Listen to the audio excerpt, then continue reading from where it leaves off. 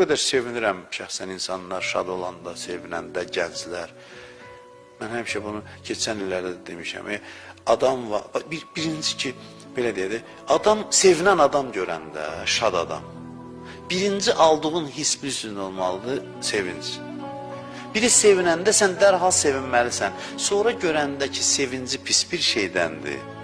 Ona təəssüflənməlisən ki, qoy sevinci qalsın, amma sevincinin mənbəyini dəyişərdikər. Bu incə məqamdır, bilirsiniz. Dindarların bir qismində sevincə, cəmaatın xoş gününə düşmənçilik yaranır.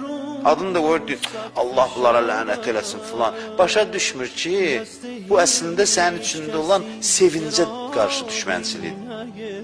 Sən əvvəl onu sevinç halına sevin, deyən maşallah, gülür, danışır. Sonra biləndə ki, bu məsələn deyilə, uyğun olmayan vasitədən bu sevinci alıb, ona narahat ol ki, kaş sevincin mənbəyini tapardı bu insan.